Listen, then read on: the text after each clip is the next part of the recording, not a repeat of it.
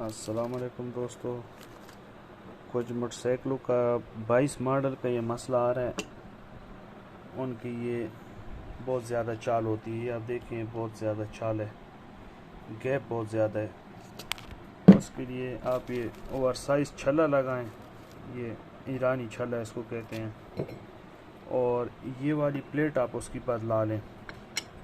ये आप अभी देख रहे हैं, ये इसका गैप बिल्कुल ख़त्म हो गया है। मामूली इतना गैप होता है। अब ये देखें, ये गैप ख़त्म हो गया है।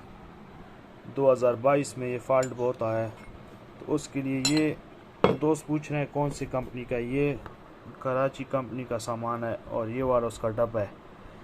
ये प्लेट ज़रा ओरिजिनल के मुकाबले में थोड़ी सी बड़ी है, तो इससे 2022 मॉडल वालों के जो मसले थे ना, इधर आवाज़ के बहुत ज़्यादा आवाज़ जो आती है वो ख़त्म हो जाएगी।